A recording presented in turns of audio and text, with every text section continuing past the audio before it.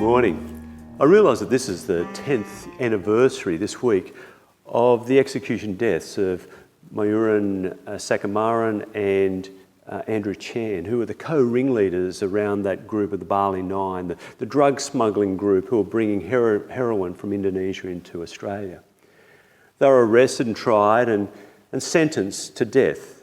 They were in the Sukumaran prison in Indonesia for 10 years before they were executed.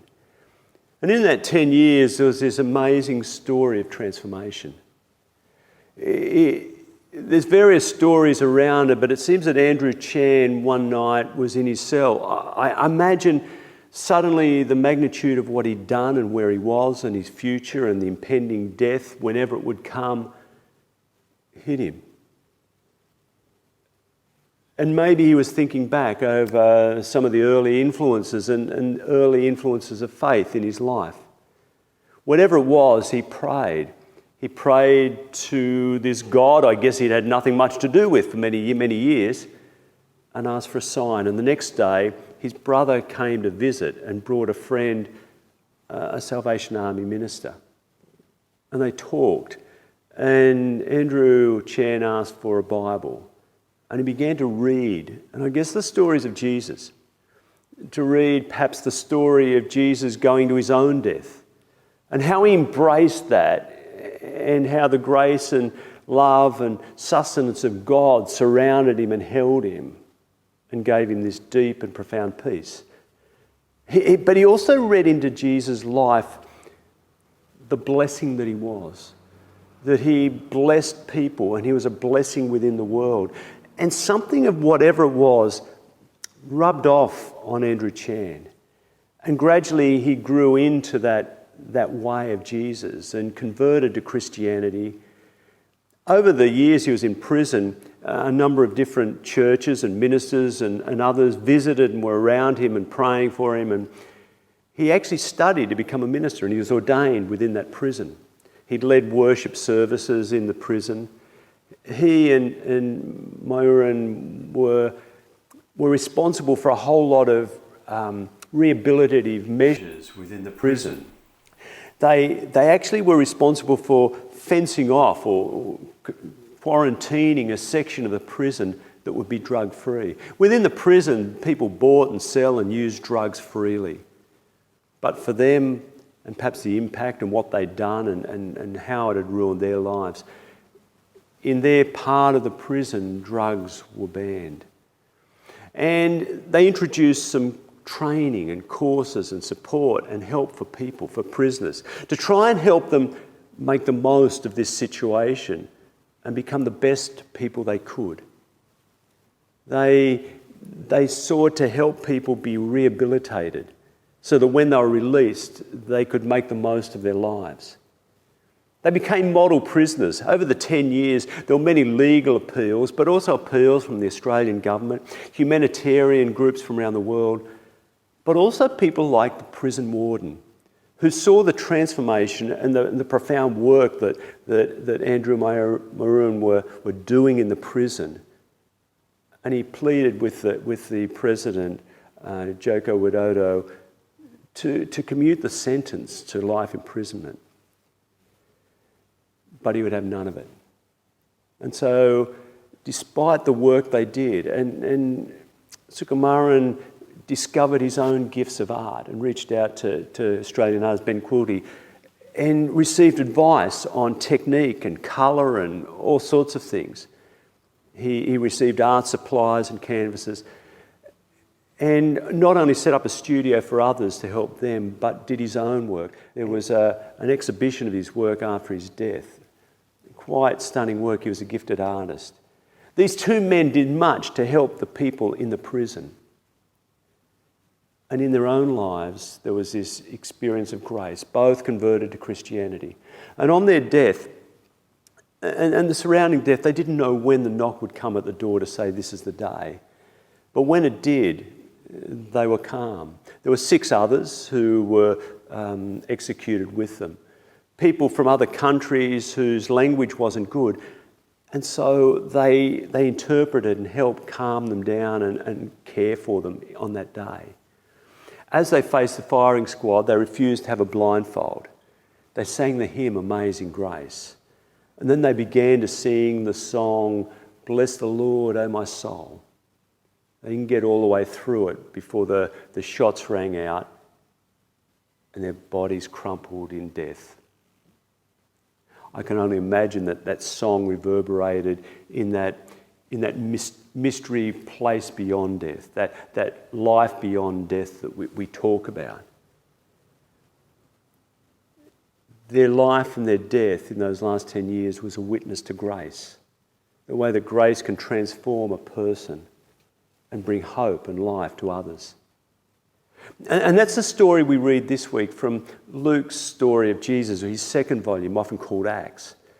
And there's this strange and mysterious figure early on who is standing at the back when Stephen is martyred. Stephen who spoke out and proclaimed this love of God revealed in Jesus, and was martyred and stoned because he said the wrong things before the leadership, the religious political leaders of the day. And there's a young man at the back who held the clothes of those who were stoning him and nodded in approval. His Aramaic Jewish name was Saul, the Greek version Paul. This Saul Paul character rose to prominence.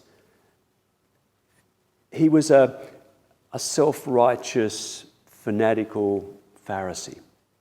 He was so obsessed with the law, the legal requirements and the way he understood it and the belief system that he and others built around the laws of God, and how he defended God and God's laws and God's way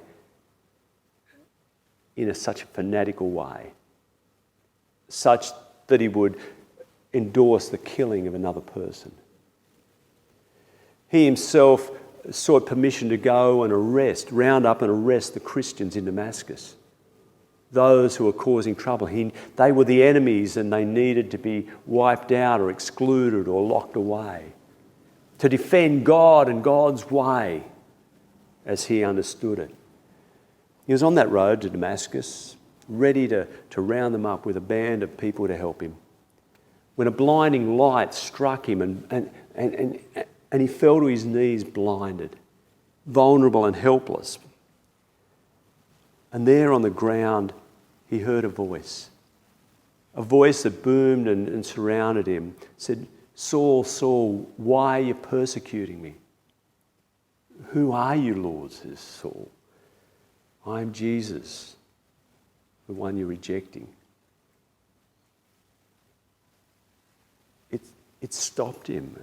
He received instructions to go to a house on the street called Straight. And there a man, Ananias, would minister to him. In desperation and helpless, he went. Meanwhile, Ananias needed convincing by the Spirit to go. Go and you'll find this man called Saul. Go and help him pray for him. I've already selected him and chosen him. But Saul, he's the one who's come to lock us away. He's violent. Don't worry, he's now mine. And he goes there and he lays hands on Saul and prays for him. And it says things like scales fell from his eyes and he saw. It wasn't just that his sight was restored, his physical sight.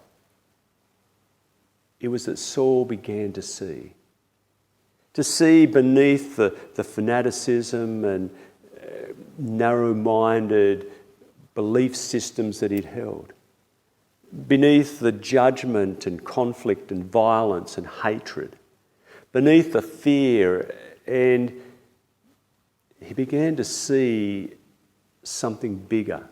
It took him a long while for that sight to materialise and change his life. He heard the stories of Jesus and what he was on about, and how he loved and cared and spoke of God's love and grace and reflected that in his own life. And gradually Paul was transformed. And he too lived into a way that was better than the worst actions he'd ever performed in his life. His life was better than it was at its worst. He became a better person.